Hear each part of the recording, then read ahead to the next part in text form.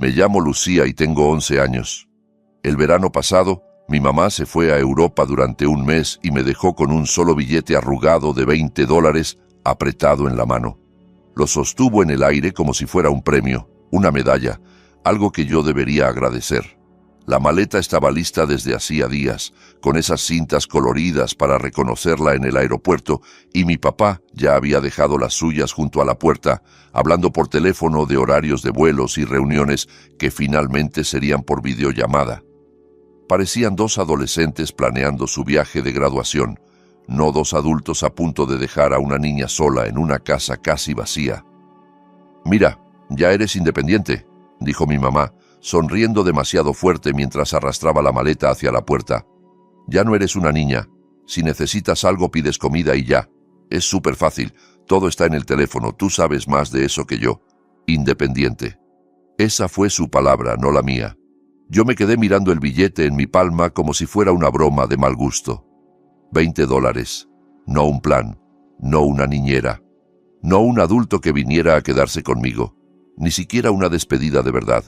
Solo un beso rápido y frío en la frente, el ruido de la maleta rodando por la entrada, la risa de mi papá hablando de croissants y museos, y la puerta principal cerrándose en mis narices con un clic que sonó demasiado definitivo.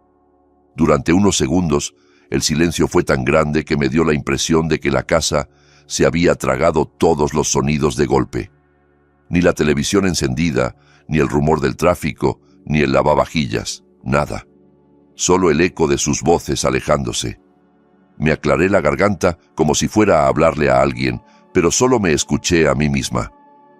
«Voy a estar bien», dije en voz alta mirando el pasillo vacío, como si las paredes pudieran responderme.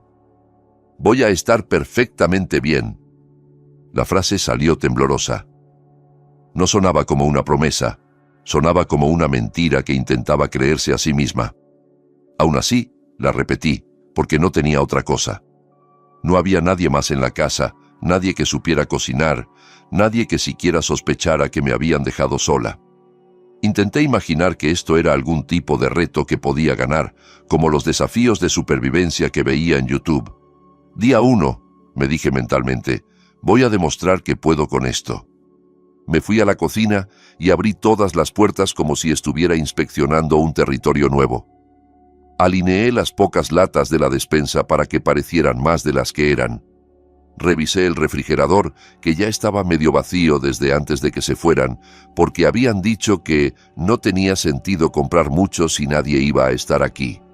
Conté los huevos, miré las botellas casi terminadas de leche y jugo, el queso reseco en una esquina, las sobras en recipientes de plástico que ni siquiera recordaba de qué eran. Empujé mi miedo hasta lo más hondo que pude, como si fuera una caja que podía arrastrar a un rincón oscuro y cerrar con llave. Si mi mamá pensaba que yo era independiente, tal vez debía ver lo que eso significaba de verdad. Porque, a medida que ese mes avanzara, los $20 desaparecerían, la comida se acabaría, y el silencio de la casa se convertiría en algo mucho más pesado que la soledad. Lo primero que hice fue agarrar la tarjeta de crédito brillante que mi mamá había dejado sobre la encimera, tarjeta de emergencia, según ella. La miré como se mira un amuleto mágico. Me repitió antes de irse que con eso podía resolver cualquier cosa. Había un solo detalle: no estaba activada y yo no sabía el PIN. Eso lo descubrí a las malas, 10 minutos después de que el taxi se marchara, de pie junto a la puerta, con el teléfono en la mano, intentando pedir comida por una app y viendo cómo todas rechazaban la tarjeta una y otra vez. Mensajes de error, números rojos, notificaciones que no entendía. Así que el gran equipo de adultos responsables se reducía a esto: yo, una tarjeta inútil y $20 arrugados. Intenté no entrar en pánico. Vale, plan B, pensé, aunque en realidad no tenía ninguno. El día 1 lo convertí en un juego forzado. Corté el pan lo más fino posible, como si estuviera en un programa de cocina donde evaluaran mi precisión. Unté la mantequilla de cacahuate tan cuidadosamente que apenas cubría la superficie, repartiendo el sabor como si fuera oro. Me repetí que los verdaderos supervivientes saben hacer rendir las cosas. Incluso me permití bromear en mi cabeza, imaginando que, Algún día, esto sería una buena historia que contaría riéndome, como esas anécdotas dramáticas que luego la gente usa para demostrar que todo pasa por algo. En ese momento todavía no sabía que, efectivamente, se convertiría en una historia. Solo que no iba a ser del tipo que nadie querría enmarcar. Por la noche, encendí todas las luces del pasillo y dejé la televisión sonando en la sala, aunque no estaba mirando nada en concreto. Saltaba de canal en canal, dejando que las risas enlatadas y las voces de desconocidos llenaran las habitaciones, porque el silencio empezaba a tomar forma. Esa primera noche casi fue emocionante, como una pijamada en la que nadie más se presentó. Me metí en la cama pensando que, tal vez, mis padres tenían razón, y esto serviría para demostrar lo madura que era. A lo mejor cuando volvieran, se sorprenderían al ver que no había incendiado la casa ni nada así. Me quedé con esa imagen hasta quedarme dormida. Para el día 3, dejó de tener gracia. La despensa parecía la foto del antes en un anuncio sobre el hambre, solo que nadie venía con una cámara a ofrecer soluciones. Quedaban un par de latas que no sabía cómo abrir sin cortarme, porque el abrelatas siempre me parecía una trampa metálica. Había una caja de cereal con más aire que comida, un frasco de pepinillos que odiaba y un bote de salsa que probablemente llevaba allí desde antes de mi último cumpleaños. El estómago me gruñía tan fuerte que me daba vergüenza, aunque no hubiera nadie más allí para escucharlo. Bebía vasos de agua para engañarlo y me decía que seguramente pronto llamarían, que se acordarían de preguntarme si estaba bien. El teléfono, sin embargo, seguía igual de mudo. Intenté distraerme con todo lo que había a mi alcance. Encendí la televisión y dejé programas al azar sonando, esos de reformas de casas donde siempre acaban llorando de felicidad. Abrí el portátil de mi mamá y me quedé mirando sus correos de trabajo apilados, su calendario lleno de reuniones, vuelos, recordatorios y citas que parecían más importantes que cualquier otra cosa. Había alertas de reunión con el jefe, presentación final y viaje a Europa. Por fin. Ni una sola notificación que dijera llamar a Lucía o organizar quién la cuida. Cerré el portátil con un chasquido que me pareció demasiado fuerte. En un impulso, agarré mi cuaderno de tapa dura, el que usaba para dibujar y escribir cosas que nunca enseñaba a nadie, y en la parte de arriba de una página en blanco escribí con letras grandes, evidencia. La palabra se quedó mirándome desde el papel como si no la hubiera escrito yo. Debajo empecé a garabatear. Me dejaron sola con 11 años, $20, sin plan de comida, sin llamadas de control, sin adulto responsable en la casa. No sabía exactamente qué iba a hacer con eso, pero escribirlo hizo que algo dentro de mí se recolocara. Si pensaban que era lo bastante mayor para estar sola, también era lo bastante mayor para recordarlo todo, registrarlo todo y enseñárselo algún día a alguien, para que quedara claro que no fue que se olvidaran 5 minutos, sino que eligieron unas vacaciones en lugar de elegirme a mí. Cogí el móvil y abrí una app de video. La mano me temblaba un poco, pero apreté grabar de todos modos. La cámara delantera me devolvió una versión de mí con ojeras que no sabía que tenía. Día 3, susurré, porque hablar alto me parecía demasiado. Todavía estoy sola. El coche no funciona y no puedo ir a ninguna parte. Ayer me comí lo último decente que quedaba en el refri. Hice una pausa, tragando saliva. Podía oír el eco de mi propia respiración en la cocina. Si estás viendo esto, significa que por fin alguien preguntó qué me pasó. Cuando paré la grabación y la guardé, sentí el corazón desbocado. Una parte de mí esperaba que nadie lo viera jamás, que todo esto se quedara en un archivo escondido entre memes y videos tontos. Otra parte, más oscura, quería que ese video le explotara en la cara a mi mamá cuando regresara, que no pudiera decir "no sabía" con su sonrisa brillante. Pensé en mi mejor amiga, a la que llamaré Carla. Me quedé con el dedo flotando sobre su nombre en la pantalla. Si le escribía y le contaba la verdad, tendría que admitir que mi mamá me había dejado, que tenía hambre, que no estaba bien. No sabía si estaba preparada para ver la respuesta de alguien que sí tenía una familia que la recogía en coche, que la llevaba a comer helado, que preguntaba, ¿ya comiste? En vez de eso, mandé un mensaje tonto que sonaba normal. ¿Qué tal tu viaje? ¿Hiciste ya kayak en el lago? Puse hasta un emoji sonriente para que pareciera que yo también estaba haciendo cosas divertidas. No hubo respuesta. Me imaginé a Carla en algún lago comiendo hamburguesas con su familia, los pies en el agua, sin mirar siquiera el móvil. El estómago se me retorció, y no solo por el hambre. Para el día 5, la sensación de vacío en el cuerpo se había convertido en una especie de niebla alrededor de mi cabeza. Empecé a marearme cuando me levantaba demasiado rápido. Me dolían las piernas como si hubiera corrido mucho, aunque apenas me movía de la casa.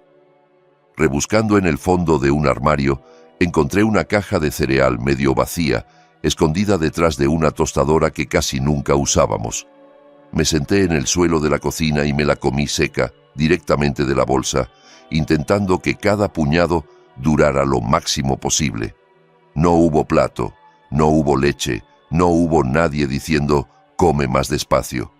Solo el crujido en mi boca y el eco de mis propios pensamientos.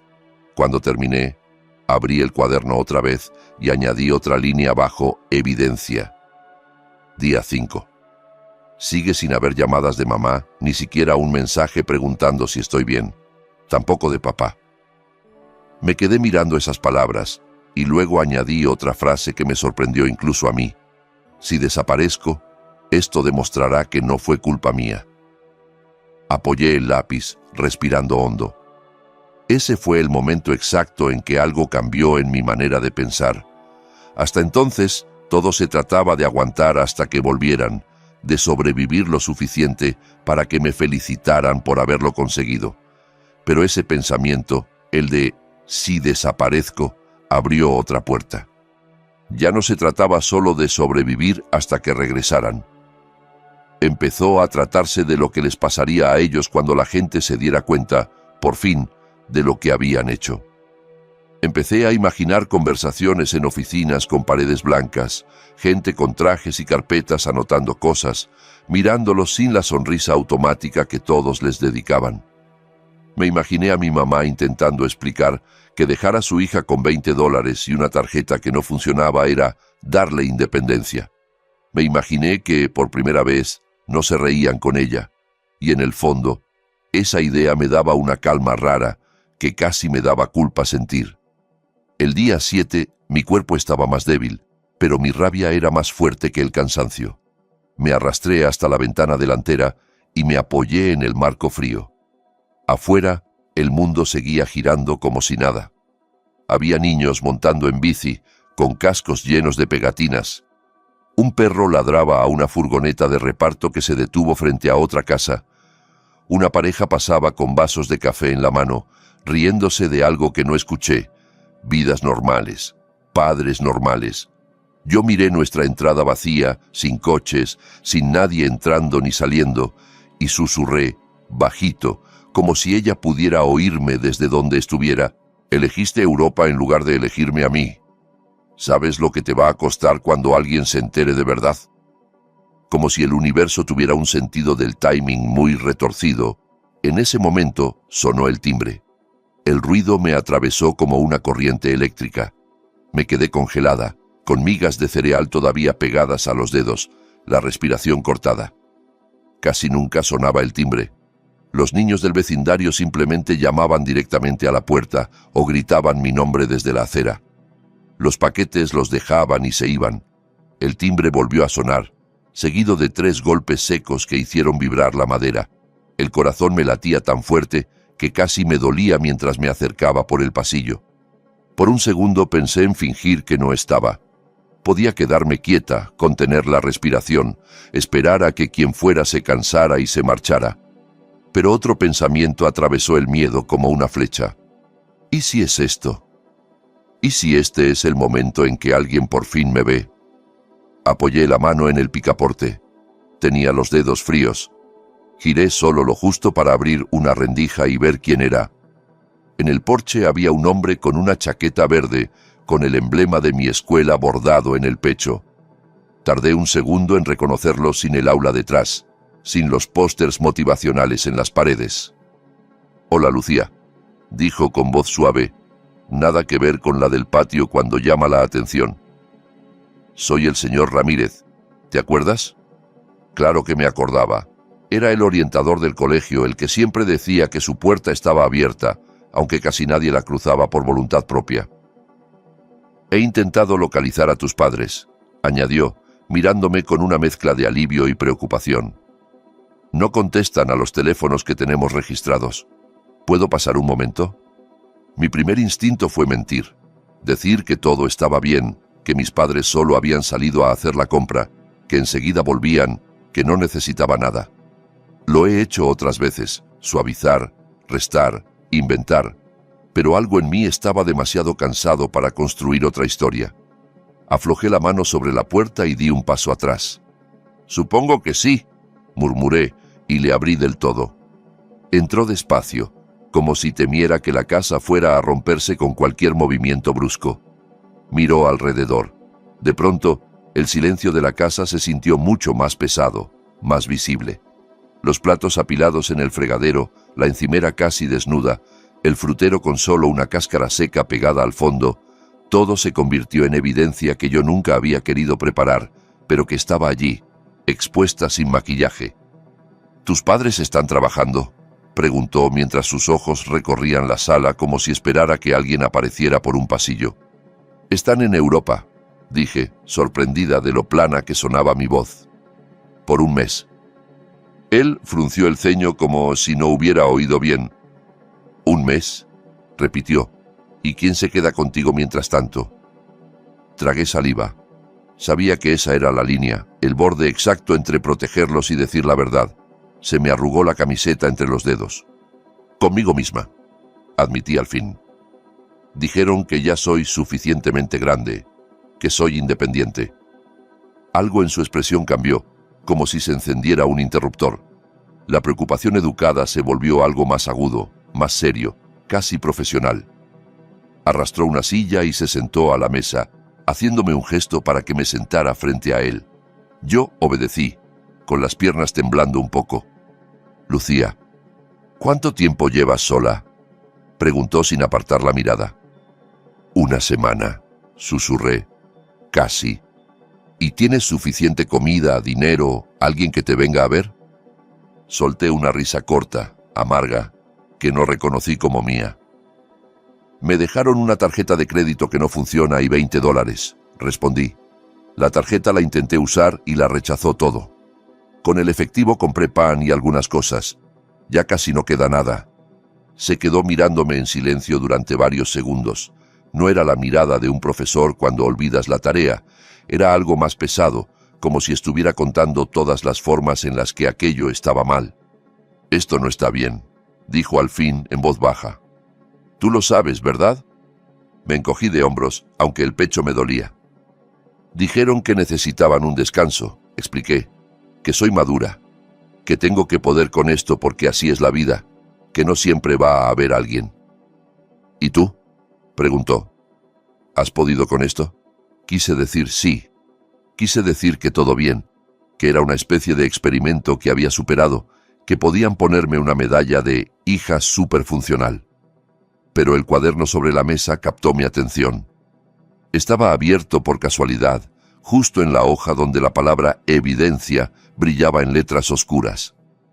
«He pasado hambre», dije en su lugar, «y he tenido miedo. A ratos he pensado que si me caía por las escaleras o si se incendiaba algo, nadie se enteraría hasta días después. Y he estado escribiendo cosas. Por si acaso». «¿Por si acaso qué?», preguntó, inclinándose apenas hacia adelante. «Por si acaso me pasa algo», respondí en voz baja. «Para que nadie pueda decir que no lo sabía, para que no puedan decir que esto fue un descuido». El silencio llenó el espacio entre nosotros, pero no era el mismo silencio de antes. Era uno que, de alguna forma, pesaba compartido. Por un momento odié ese silencio, porque hacía que todo sonara más real. Pero luego me di cuenta de que el señor Ramírez no lo estaba ignorando. Lo estaba sintiendo de verdad. Se pasó una mano por la cara y suspiró. Lucía, dijo entonces. Dejar sola a una niña de 11 años durante una semana o un mes, con casi nada de comida, sin un adulto responsable, sin nadie que supervise, no es solo irresponsable, es peligroso, es negligencia. Hay leyes muy claras sobre esto. El corazón me retumbó en los oídos. Negligencia, leyes, palabras que yo asociaba con series de televisión, con casos inventados, no con mi cocina, con mi mesa de siempre. ¿Qué pasa si alguien se entera?, pregunté con la voz de pronto muy pequeña. ¿Qué les hacen a los padres que hacen esto? Intervienen agencias, explicó él con calma. Servicios de protección de menores. Puede haber una investigación. Tus padres podrían enfrentarse a consecuencias serias. No te voy a mentir, ahí estaba. Eso que no me había atrevido a decir en voz alta, pero que llevaba días creciendo como una sombra detrás de todo. Lo que hacía que mi rabia se retorciera en algo más afilado que el simple dolor. Consecuencias, repetí despacio, por lo que me hicieron. Él no se apresuró a decirme que no pensara así, ni a arreglarlo con una frase bonita. En lugar de eso, asintió. Por lo que te hicieron a ti, confirmó. No por lo que inventaste, por lo que realmente pasó. Mi mente empezó a correr. Imaginé la cara de mi mamá cuando volviera y encontrara a desconocidos en nuestro salón, revisando papeles y abriendo armarios. Gente haciéndole preguntas a las que no podría escapar con una sonrisa falsa y un chiste sobre la independencia. La imaginé viendo mi cuaderno, mis videos, mi despensa vacía. Me imaginé a mi papá, el que siempre hablaba de responsabilidad, escuchando a otra persona explicarle lo que, al parecer, nunca leyó en ningún manual de padres. ¿Quieres ayuda, Lucía?, preguntó el señor Ramírez al cabo de un momento. Ayuda de verdad. No solo ir al súper y ya. El tipo de ayuda que se asegura de que esto no vuelva a pasar nunca. Dudé. Una parte de mí quería decir que no. Cerrar la puerta a todo aquello y esperar a que mis padres regresaran para fingir que ese mes nunca había ocurrido. Podía imaginarme haciéndolo. Ellos entrando con sus souvenirs, yo sonriendo, todo enterrado bajo la alfombra. Pero otra parte, la que llevaba días escribiendo evidencia en mayúsculas, estaba demasiado cansada de fingir. Sí, dije al fin, sintiendo cómo la palabra se me atascaba y luego salía. Quiero ayuda. Pero si digo que sí, ¿qué significa eso para ellos? Significa que van a tener que responder por sus decisiones, respondió él con honestidad. Significa que los adultos por fin van a ver por lo que has pasado, y que tú ya no vas a cargar sola con esto. Miré mis manos, que tenían restos de cereal pegado en las uñas, y luego lo miré a los ojos. Entonces ayúdeme, susurré. Quiero que vean exactamente lo que hicieron. Quiero que sientan lo que es perder el control, como me lo hicieron sentir a mí. Él asintió con firmeza, como si acabara de escuchar algo muy importante. Primero nos aseguramos de que tú estés a salvo, dijo. Luego nos aseguramos de que las personas adecuadas escuchen tu historia. No estás exagerando, estás describiendo. El señor Ramírez se levantó y se apartó un poco, sacando su teléfono. Salió al pasillo para hacer una llamada, dejándome a la mesa con el cuaderno abierto como si fuera un expediente. Alcancé a escuchar fragmentos de su voz, baja y controlada, palabras que unidas sonaban a algo enorme. Sola, 11 años, sin adulto responsable, casi sin comida en la casa, padres de viaje al extranjero. Pasé la yema del dedo por la tinta de la hoja. Evidencia. De repente, ya no se sentía como un diario secreto, sino como un archivo que iba a cambiar cosas. Unos minutos después volvió. Llamé a tu vecina, la señora Morales, me dijo. Me confirmó que vive pared con ustedes. Y también hablé con alguien de la línea de protección de menores. Van a enviar a una trabajadora social para revisarte y revisar la casa. Pero antes de todo eso, tenemos que conseguirte algo de comer. No pienso seguir hablando contigo con ese color en la cara. Se me encendieron las mejillas al imaginar a gente revisándome, como si fuera una máquina averiada. Pero también sentí otra cosa, una pequeña chispa de satisfacción fría. Si estaban comprobando cómo estaba yo, eso significaba que también iban a comprobar lo que hicieron mis padres. ¿La señora Morales está enfadada?, pregunté, de pronto preocupada por lo que pensarían los vecinos de la niña problema. Negó con la cabeza. No está enfadada, está preocupada, respondió. Eso es lo que hacen los buenos vecinos cuando se enteran de algo así. Se preocupan. Unos golpes suaves sonaron en la puerta, distintos del timbrazo anterior. El señor Ramírez fue a abrir. La señora Morales, con su moño siempre medio deshecho y su delantal de flores, entró con la cara pálida. Sus ojos me repasaron de arriba abajo, deteniéndose en mis piernas flacas, en el cuaderno sobre la mesa, en la caja de cereal vacía en la encimera. «Ay, Lucía», susurró, llevándose la mano al pecho. «¿Por qué no viniste antes a verme, hija?» La respuesta se me escapó de golpe, sin filtro. «Porque no quería parecer débil», dije. «Siempre me dicen que soy madura, que puedo con todo, que no doy problemas». Pensé que pedir ayuda era demostrar que estaban equivocados, que no era tan fuerte como creían. Su expresión se suavizó, pero sus ojos seguían brillando de rabia que no era contra mí. «Pedir ayuda no es debilidad», dijo con firmeza. «Es supervivencia, y, a veces, es la única forma de obligar a los adultos a enfrentar lo que hacen». Esa última frase sonó dentro de mí como una campana. Obligar a los adultos a enfrentar lo que hacen. Nos sentamos los tres, el señor Ramírez, la señora Morales y yo, alrededor de la mesa que hasta ese día solo conocía comidas rápidas y prisas. Por primera vez, no sentí que fuera una niña a la que los mayores le hablan por encima. Me pidieron que les contara todo, desde el principio, y lo hice. Les hablé de la maleta saliendo por la puerta, del «ya eres independiente», de los $20, de la tarjeta que no funcionaba, de cómo mi mamá se rió cuando le pregunté quién se quedaría conmigo. «Dijo que yo misma», expliqué, que ya era su pequeña adulta, como si fuera un cumplido. Mientras hablaba, la mandíbula de la señora Morales se apretó tanto que se le marcaron las líneas de los lados. El señor Ramírez sacó un bloc y empezó a tomar notas, pero no miraba el papel como si eso fuera lo importante. Me miraba a mí, como si no quisiera perderme ninguna palabra. «¿Podemos enseñarles esto?», pregunté al cabo de un rato señalando mi cuaderno. «Cuando vengan la gente de protección de menores». «Sí», respondió él. «De hecho, quiero que sigas escribiendo lo que sentiste cada día, lo que comiste, cuando intentaste llamarles, todo lo que recuerdes de antes de que se fueran.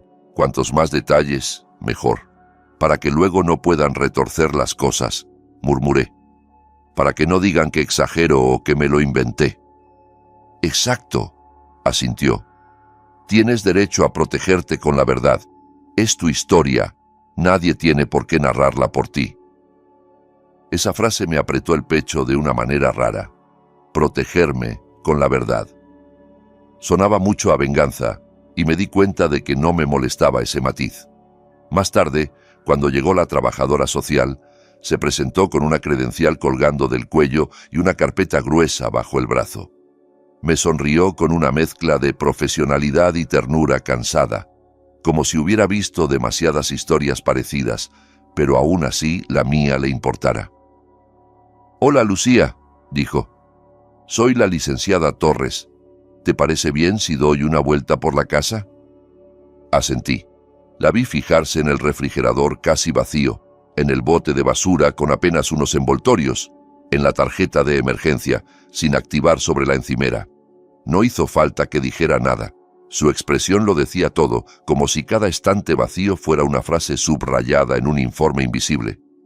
«¿Cuánto tiempo llevan tus padres fuera?», preguntó con suavidad, volviendo hacia mí.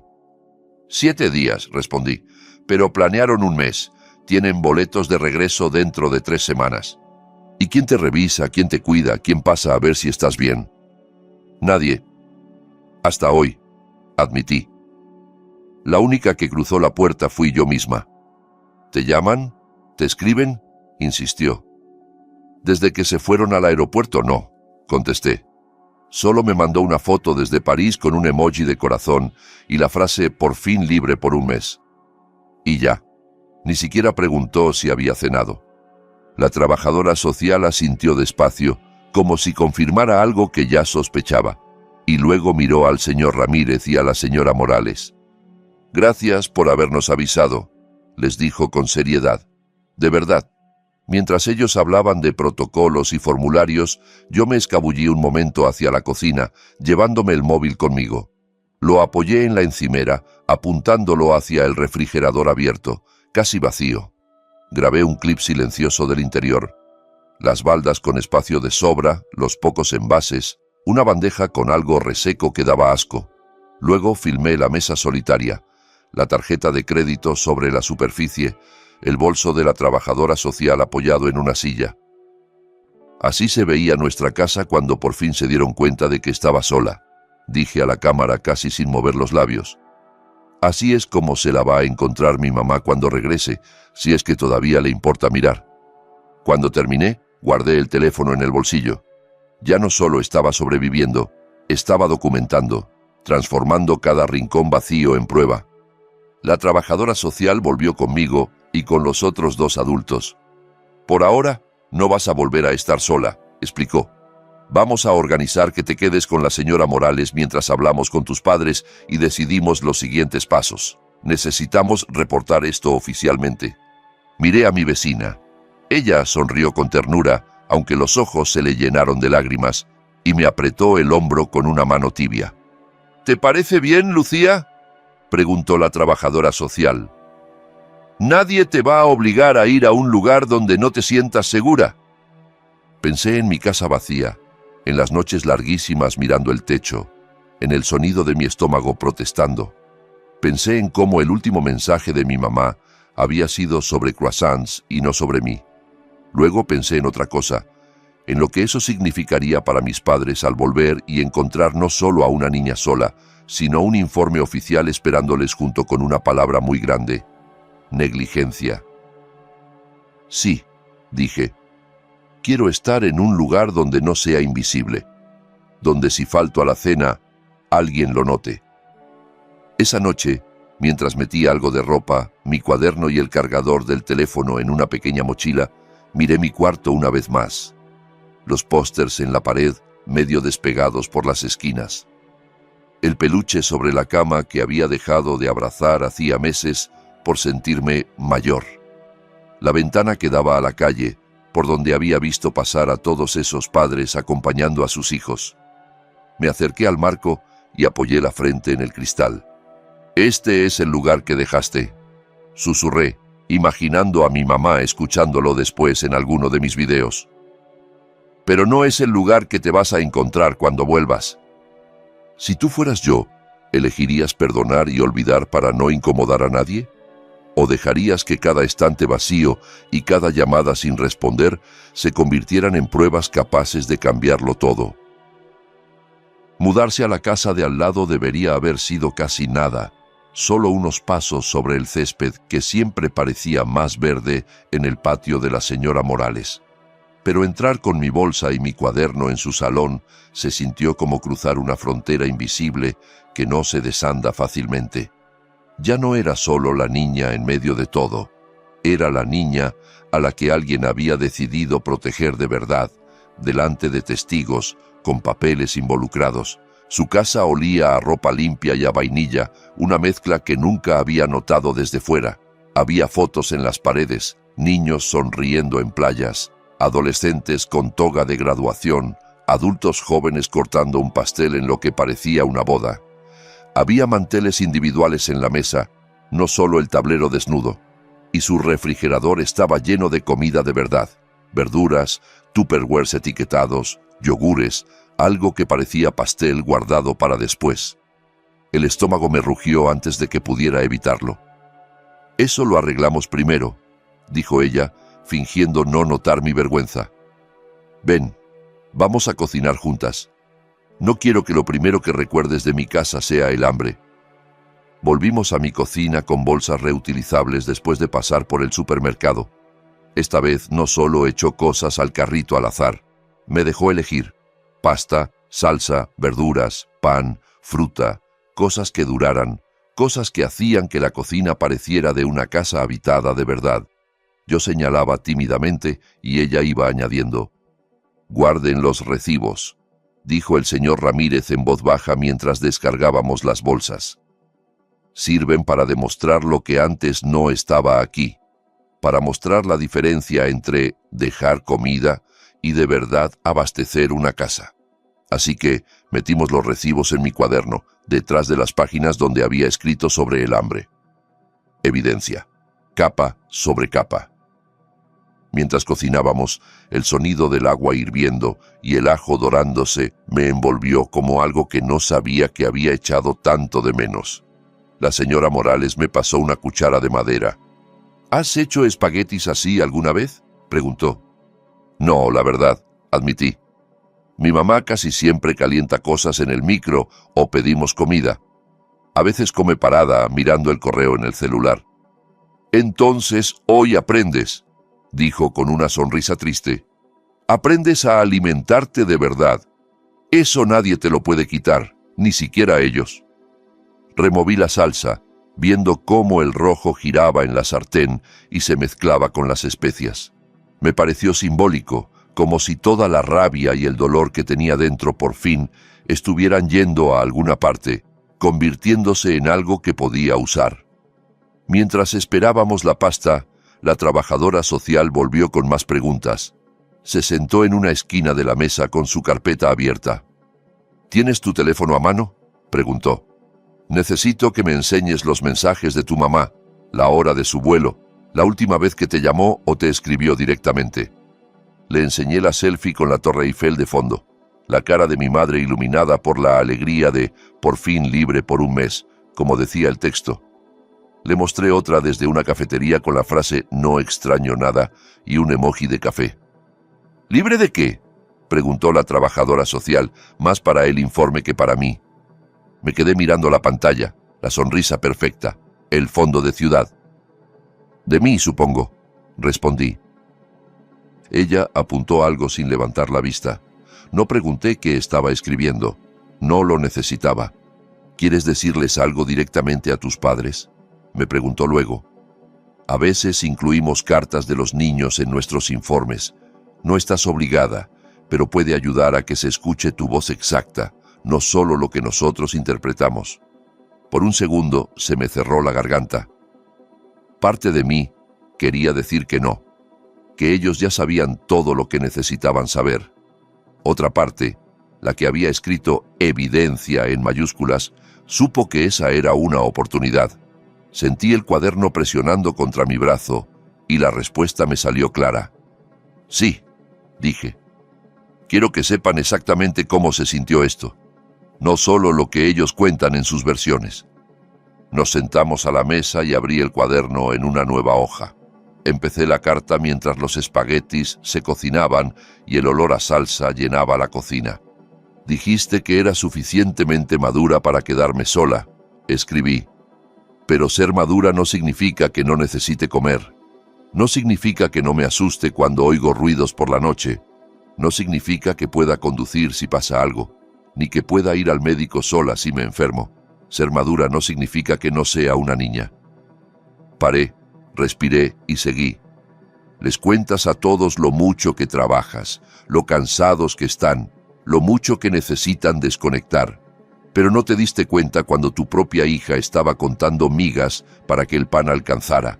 Dijiste, por fin libre por un mes, y yo me quedé contando días preguntándome cuánto tardaría alguien en notar que no estabas». La punta del bolígrafo tembló sobre el papel. «Para cuando leas esto, otros adultos ya habrán visto lo que hiciste. Habrán visto el refri vacío, la tarjeta muerta, el cuaderno donde tuve que escribir mi propio abandono. Si hay consecuencias, no es porque yo te traicioné, es porque tú me dejaste». Cuando terminé, deslicé la hoja hacia la trabajadora social. «¿Puedes asegurarte de que lo lean?», pregunté. «Puedo», dijo ella, doblando la hoja con cuidado y guardándola en la carpeta. Y lo haré. Tu voz va a estar allí, no solo tu nombre. Esa noche, sentada en la mesa de la señora Morales, enredando los espaguetis en el tenedor, el primer bocado casi me hizo llorar. No porque fuera la mejor pasta del mundo, sino porque estaba caliente, era abundante y sabía a algo que no sentía desde hacía mucho: seguridad. Así es como se supone que debería sentirse lo normal, pensé. No sentada sola en el suelo de mi cocina comiendo cereal seco de una caja. El señor Ramírez se quedó a cenar y terminamos hablando de cosas que casi sonaban corrientes, del colegio, de libros, incluso de los peores almuerzos del comedor escolar. Durante una hora casi olvidé que mi vida se estaba desarmando en la casa de al lado, pero cuando levantaron la mesa y los adultos empezaron a hablar en voz baja en la sala, alcancé a escuchar partes de la conversación. Palabras como colocación temporal, investigación formal, posible pérdida de custodia, evaluaciones psicológicas. No entendía todos los términos legales, pero sí entendía el sentimiento que había debajo. Mis padres habían tratado mi ausencia como unas vacaciones de sus responsabilidades. Ahora existía la posibilidad real de que perdieran el derecho automático a llamarse mis tutores sin que nadie lo revisara.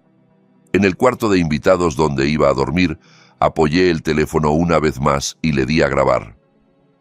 Día 7, pero ahora es diferente, dije suavemente a la cámara. Ya no estoy en mi casa. Estoy en un lugar seguro. La gente sabe la verdad. La han visto con sus propios ojos. Miré directamente a mi reflejo en la pantalla. Si eres mi mamá y estás viendo esto, quiero que recuerdes algo. Continué. Siempre dices que las acciones tienen consecuencias, que si yo meto la pata tengo que afrontarlas aunque no me guste. Esta vez te toca a ti. Esta no es solo mi historia, es tu elección, escrita en tiempo real. Yo solo estoy dejando constancia. Paré la grabación y me dejé caer de espaldas en la cama, mirando el techo desconocido. El corazón no estaba ligero. Dolía. Todavía extrañaba la idea de unos padres que se habrían quedado, que nunca me habrían dejado sola a propósito. Pero también sabía algo nuevo. No era impotente.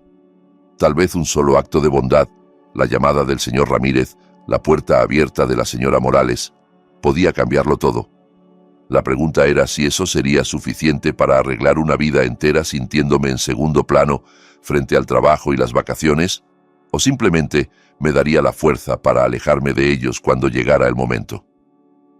Los días en casa de la señora Morales se sintieron irreales al principio, como si me hubiera colado en la familia de otra persona por error. Me despertaba con olor a desayuno en lugar del sonido de mi estómago vacío.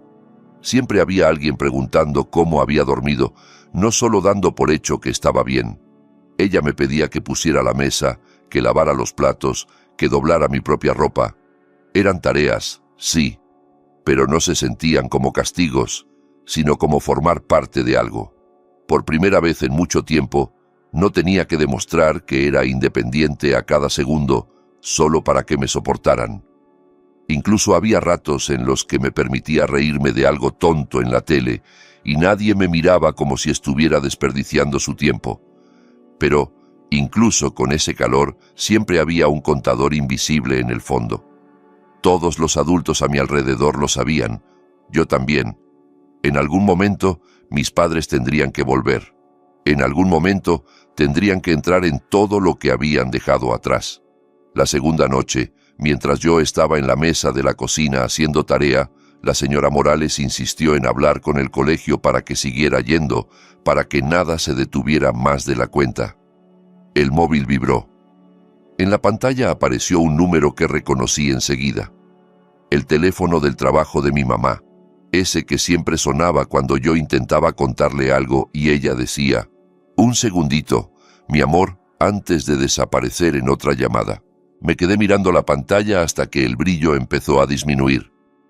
«¿No vas a contestar?», preguntó la señora Morales con suavidad desde la encimera, donde secaba un plato. Me temblaron los dedos. «¿Y si solo llama para gritarme por arruinarle el viaje?», susurré.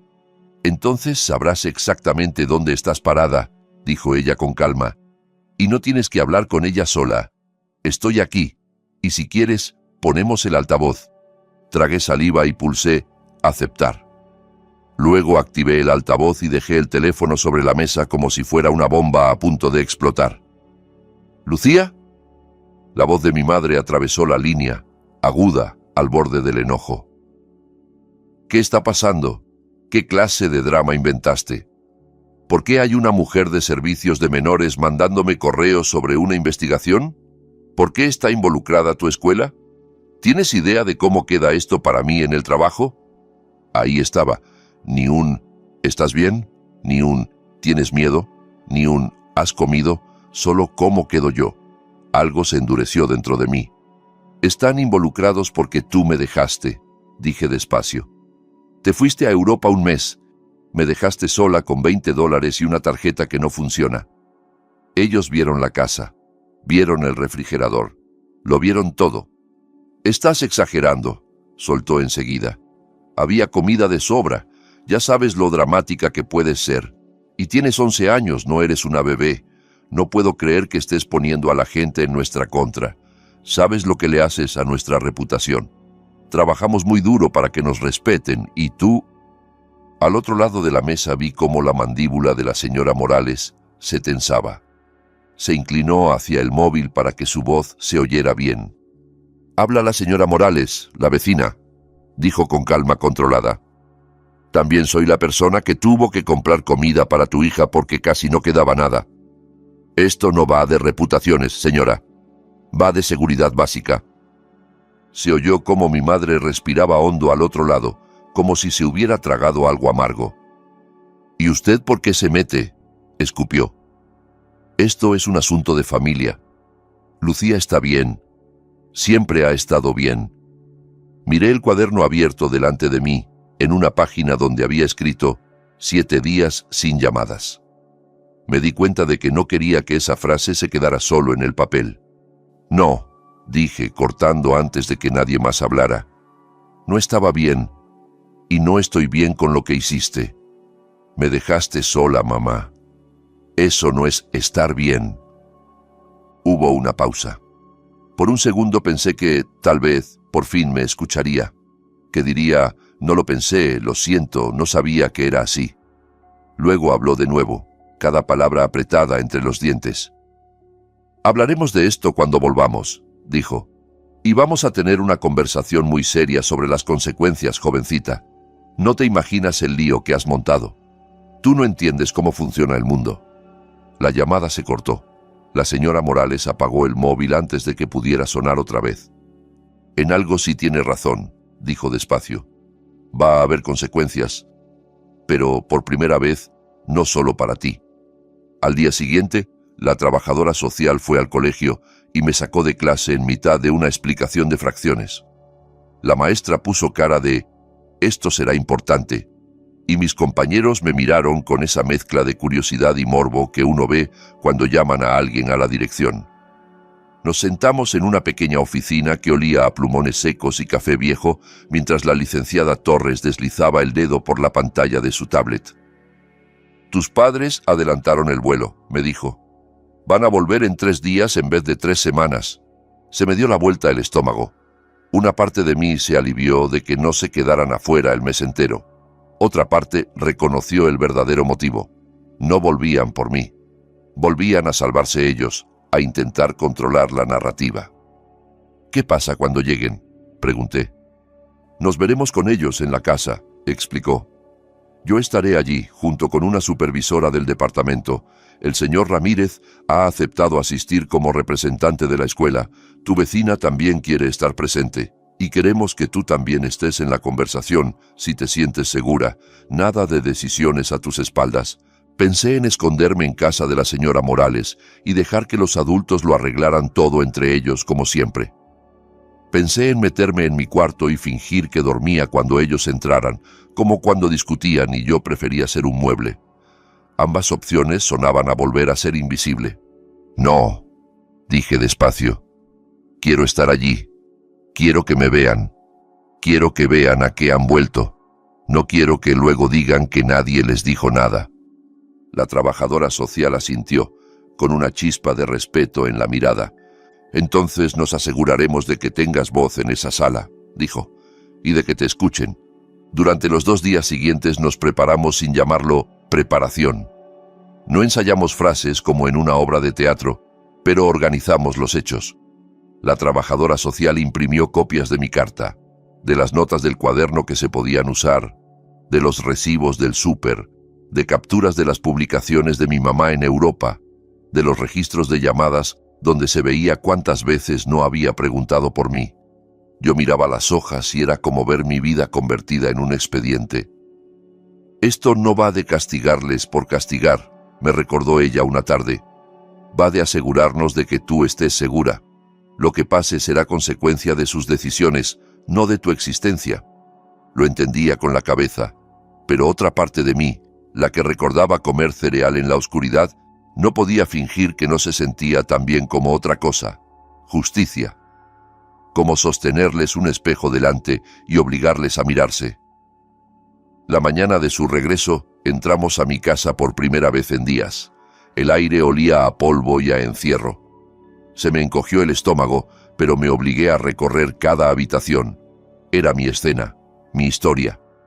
No podía apartar la mirada ahora. La trabajadora social dejó una carpeta gruesa sobre la mesa de la cocina. Al lado puso mi cuaderno, abierto en la primera página donde ponía «Evidencia» en grande. Mi móvil estaba allí también, encendido y listo.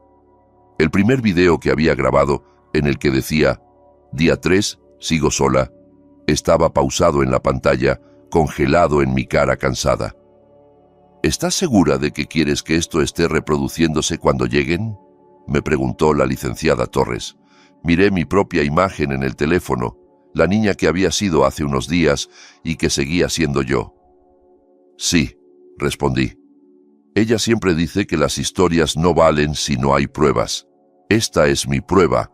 No quiero que puedan decir que no se lo imaginaban tan grave. La señora Morales se colocó junto a la puerta, con los brazos cruzados pero los ojos llenos de cariño. El señor Ramírez se apoyó en la encimera, con su gafete de la escuela bien visible, observando todo en silencio, como si fuera un testigo dispuesto a levantar la mano en cualquier momento. La supervisora del departamento, la licenciada López, se sentó a la mesa, revisando el expediente una vez más, con una calma que imponía. Escuchamos el coche antes de verlo. Las ruedas en la entrada, puertas que se cerraban, risas apagadas de 2 personas que venían de vacaciones y aún no sabían en qué tipo de realidad estaban a punto de entrar. Por un momento sentí las piernas de gelatina. La trabajadora social se acercó un poco más a mí. «Recuerda, ya no tienes que protegerlos de la verdad», dijo. «Si intentan hacerte sentir culpable, puedes mirarme a mí, o a la señora Morales, o al señor Ramírez. No estás sola en esta habitación, pase lo que pase». Asentí y respiré hondo. El picaporte giró. La cerradura hizo clic. Ya estaba. El momento en que todo se dividía en un antes y un después. Si tú estuvieras donde yo estaba, saldrías corriendo a abrazarlos y fingirías que no pasó nada, o te quedarías firme y dejarías que por fin enfrentaran lo que hicieron. La puerta se abrió y mi mamá entró primero, arrastrando la maleta igual que cuando se fue, solo que ahora con un abrigo elegante y gafas de sol empujadas sobre la cabeza. Llevaba una bufanda fina, probablemente comprada en algún mercado europeo, y una bolsa de una tienda cara colgando del brazo. Mi papá venía detrás, cargando más bolsas y hablando por el móvil de algo con tono ligero, como si el mundo le debiera un aterrizaje suave. Los dos se detuvieron al vernos. La risa se le congeló a mi padre en los labios. La sonrisa de mi mamá se quedó a medias, como una foto mal cortada. Sus ojos fueron del rostro de la desconocida sentada en la mesa al señor Ramírez en la encimera, a la señora Morales cerca de la puerta y, por último, a mí, de pie junto al cuaderno abierto y el móvil encendido. «¿Qué es esto?», soltó mi madre, dejando caer la maleta con un golpe sordo. «¿Qué hacen todos ustedes en mi cocina? ¿Qué pasa aquí?». La supervisora se levantó con calma, sin dejarse arrastrar por el tono. «Señora García, señor García, soy la licenciada López, de Servicios de Protección de Menores», se presentó. «Por favor, tomen asiento.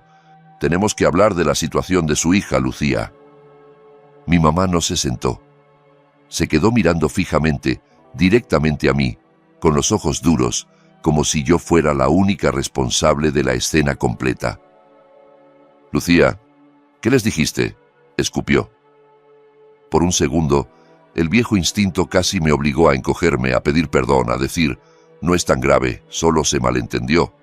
Pero el video del móvil, congelado en mi expresión cansada del día 3, atrapó mi mirada. Alcé la barbilla. Les conté lo que pasó, dije. Les conté la verdad. Mi padre intentó suavizar la situación como siempre hacía, tirando de su voz de «todo tiene solución». Aquí hay un malentendido clarísimo, dijo, dejando las bolsas en el suelo y forzando una risa. La dejamos con comida, con dinero, con una tarjeta. Es una niña muy madura para tener 11 años. Sabe cuidarse sola. Los niños hoy en día son mucho más capaces de lo que la gente cree, ¿no? La supervisora colocó una hoja frente a ellos y la giró, acercándosela. Este es el registro de activación de su tarjeta, explicó. Nunca se configuró con un PIN. Se rechazó varias veces cuando Lucía intentó usarla para pedir comida. Es una tarjeta inoperante para una menor, en la práctica. Golpeó otra hoja con el dedo. Estas son fotos de su refrigerador y su despensa una semana después de que se marcharan. La cantidad de comida no era suficiente para una menor sin supervisión por un periodo prolongado. Algunos de los productos estaban caducados. Mi mamá por fin se dejó caer en la silla, más por shock que por colaboración. Comida caducada no significa que estuviera muriéndose de hambre, rebatió. Solo nos fuimos una semana de momento. Teníamos pensado llamar y, si hacía falta, pedir que alguien viniera. Esto se está sacando de quicio. Nosotros llamamos para ver cómo estaba. La supervisora deslizó otro papel hacia ellos.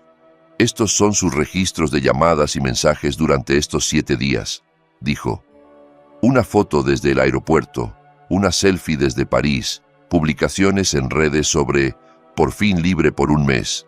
Ningún mensaje directo a su hija preguntando si había comido, si estaba segura, si alguien la estaba cuidando. Ninguna llamada contestada, ni intento de saber si estaba sola o acompañada. La cara de mi padre palideció. Miró los registros y luego me miró a mí, como si no pudiera terminar de unir las dos imágenes. «Te dijimos que pidieras comida, Lucía», balbuceó. «Te dejamos instrucciones, confiamos en ti». «Confiaron en que sobreviviera», respondí en voz baja. «No confiaron en ustedes mismos para ser padres. Es distinto». La señora Morales dio un paso hacia adelante, incapaz de contenerse. «Cuando la encontramos, estaba mareada de hambre», dijo. «Me dijo que no vino antes a buscarme porque no quería decepcionarlos pidiendo ayuda. ¿Tienen la menor idea de lo que significa esa lección para una niña? Que pedir ayuda es traicionarles». Mi mamá miró de uno a otro con los ojos entrecerrados, como si todos hubiéramos ensayado un teatro contra ella. «Están exagerando todo esto», insistió. Igual fue un poco dramática con sus notas. Le encanta escribir, inventar historias. Tiene mucha imaginación, siempre se lo digo. La supervisora asintió hacia mí y luego hacia el móvil. «Lucía, ¿te sientes cómoda enseñándoles lo que grabaste?», preguntó. Me temblaron un poco las manos al coger el teléfono, pero lo hice. Pulsé play delante de todos. La habitación se llenó con mi voz pequeña, de días atrás. «Día 3», decía la Lucía del video. «Sigo sola. La tarjeta no funciona. Ayer me comí lo último decente que quedaba en el refri. Si estás viendo esto, significa que por fin alguien preguntó qué me pasó». La cámara recorría la cocina, mostrando los estantes casi vacíos, la triste caja de cereal, el silencio espeso.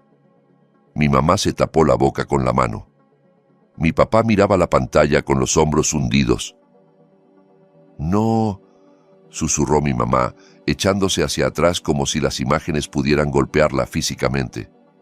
«No, esto no puede estar pasando», pero estaba pasando. Y esta vez no podía deslizar el dedo para pasar de largo, ni reírse para minimizarlo. La supervisora entrelazó las manos sobre la mesa. «Señor y señora García», dijo, «en base a nuestra investigación, a los informes de la escuela, al testimonio de la vecina y a la propia documentación de Lucía, hemos determinado que dejarla sin supervisión en estas condiciones constituye negligencia según la ley del Estado. Con efecto inmediato se emitirá una orden de protección de urgencia. Lucía no volverá a quedar sola al cuidado de ninguno de los dos hasta que se celebre una audiencia completa. Mi mamá negó con la cabeza una y otra vez, como si pudiera retroceder la escena solo con esa repetición. «No pueden quitarme a mi hija por un malentendido», protestó. «Solo necesitábamos un descanso. ¿Saben lo duro que trabajamos? El estrés al que estamos sometidos. Nadie piensa en eso». Respiré hondo y di un paso al frente, sorprendida de lo firme que sonó mi propia voz. «Eso sí lo sé», dije. «Se lo cuentas a todos, a tus amigos, a tus compañeros, a las redes sociales, lo duro que trabajas, lo mucho que te esfuerzas, lo que te mereces un viaje. Pero cuando yo estaba sola, con hambre y miedo, de eso no le hablaste a nadie, no le dijiste a nadie dónde estaba». Ella tenía los ojos llenos de lágrimas, mezclados con una especie de indignación infantil. «Lucía, no entiendes», murmuró. «Los adultos también necesitan tiempo. Pensamos que ibas a estar bien, no queríamos hacerte daño». Las frases que me había repetido toda la vida resonaron en mi cabeza. Cada vez que yo olvidaba una tarea o cometía un error, las decía con una frialdad sin apelación. «Las acciones tienen consecuencias, Lucía», así que se las devolví. «Tú siempre me dices que las acciones tienen consecuencias», pronuncié. «Que si yo tomo una decisión, tengo que afrontar lo que venga, aunque no me guste. Esto lo aprendí de ti. Lo que ves ahora es tu decisión. Estas son tus consecuencias». La sala se quedó en silencio. Mi mamá tenía la mirada perdida, como si el suelo se hubiera abierto bajo ella. Mi padre apretaba el respaldo de la silla con tanta fuerza que le blanqueaban los nudillos. La supervisora volvió a hablar, con la voz de alguien que ha dado este tipo de noticias antes, pero nunca las convierte en rutina. Tendrán la oportunidad de asistir a clases de crianza, evaluaciones psicológicas y visitas supervisadas, si el juzgado así lo autoriza, explicó. Esto no va solo de castigarles. Va de garantizar que Lucía esté segura y que algo así no vuelva a repetirse. El tribunal decidirá el alcance, pero la situación es grave. Mi mamá se volvió hacia mí, esta vez con lágrimas cayéndole por la cara en serio, sin maquillaje que las escondiera. «Lucía, por favor», suplicó. «Diles que quieres volver a casa. Diles que podemos arreglarlo, que podemos empezar de cero, que vamos a ser mejores. Tú y yo juntas, como siempre. No dejes que nos separen». Quise hacerlo. Una parte de mí, la que aún recordaba cuentos antes de dormir y decoraciones de Navidad, quiso retroceder el tiempo. Quise imaginar que ese «vamos a ser mejores» valía por todo lo anterior. Pero otra parte, la que había pasado noches grabando videos en la oscuridad, sabía que volver sin cambios reales sería decir que nada de eso importaba. «Quiero estar segura», respondí. «Quiero estar en un sitio donde me vean antes de que desaparezca, donde no tenga que convertirme en adulta para que alguien me preste atención. Ahora mismo, ese sitio no es con ustedes». Su rostro se arrugó como papel mojado. Mi padre apartó la mirada, parpadeando rápido, como si el aire le ardiera en los ojos. «Están poniéndose de su lado en contra de sus propios padres», susurró mi mamá, medio para sí misma, medio para los demás. «No», dije despacio, «están poniéndose por fin de mi lado». Por primera vez salimos de la casa antes que ellos. Mientras cruzábamos el césped hacia la puerta de la señora Morales, escuché a mi madre llorar dentro, a mi padre intentando consolarla con palabras que sonaban vacías incluso desde lejos. Sentí el cuerpo pesado y a la vez extrañamente ligero. Yo no había destruido a mi familia. Ellos lo hicieron solos cuando eligieron un mes de libertad por encima de una hija que aún contaba con que volvieran cada noche. Lo único que hice fue negarme a esconderlo. Semanas después, en la audiencia, me senté en una sala que olía a papel, aire acondicionado y moqueta vieja mientras los abogados hablaban de factores de riesgo, entornos protectores y plan de reunificación. Mis padres parecían más pequeños de lo que yo los recordaba, sentados en su mesa, escuchando cómo describían sus decisiones como si fueran pruebas en un caso, no excusas en una conversación de cocina. Mis videos se incorporaron al expediente. Escanearon las páginas de mi cuaderno, las líneas donde decía día 5, todavía sin llamadas, día 7, mareos por falta de comida. Mi propia voz, al declarar, tembló menos de lo que había imaginado. Dije que los quería, porque era verdad, y dije que lo que habían hecho no estaba bien, porque también era verdad. Al final, el juez ordenó visitas supervisadas y terapia obligatoria para ellos. La custodia completa se quedó lejos de su alcance, al menos de momento. No fueron a la cárcel. No hubo una gran escena de película con gritos y esposas. Fue algo más real y de algún modo más punzante. Perdieron el derecho automático a estar en mi vida sin que alguien los vigilara. Perdieron la suposición de que eran los buenos de la historia por decreto, solo por ser padres. Ese verano aprendí a cocinar más cosas que espaguetis. Aprendí a freír un huevo sin quemarlo, a hacer sopa, a hornear galletas con la señora Morales, que decía que una cocina ocupada era señal de que un hogar seguía latiendo. Aprendí que pedir ayuda no es debilidad, aunque te hayan enseñado eso toda la vida. Aprendí que decir la verdad puede ser la forma más fuerte de venganza que existe, no gritando, no rompiendo cosas, sino sencillamente negándote a dejar que lo que pasó se quede invisible. Mi mamá todavía manda mensajes a veces, párrafos larguísimos sobre cuánto ha cambiado, lo mucho que lo lamenta, lo que desea que todo vuelva a la normalidad. A veces los leo, a veces no. Tal vez algún día encontremos una versión de normal que no borre lo que ocurrió, que no finja que aquel billete de $20 era amor disfrazado. Tal vez no, pero de algo estoy segura. El día que volvió de Europa, esperando un mes de historias y recuerdos bonitos, entró en algo que nunca vio venir. Una hija que había convertido cada estante vacío, cada llamada sin responder, cada noche de hambre en pruebas, una sala llena de adultos que por fin escucharon una verdad que ella no pudo tapar con palabras bonitas. Y cuando la escuché susurrar, no, esto no puede estar pasando, comprendí algo importante. Ya había pasado. Llevaba pasando desde el momento exacto en que eligió un billete de avión antes que a mí y decidió llamar independencia a mi abandono.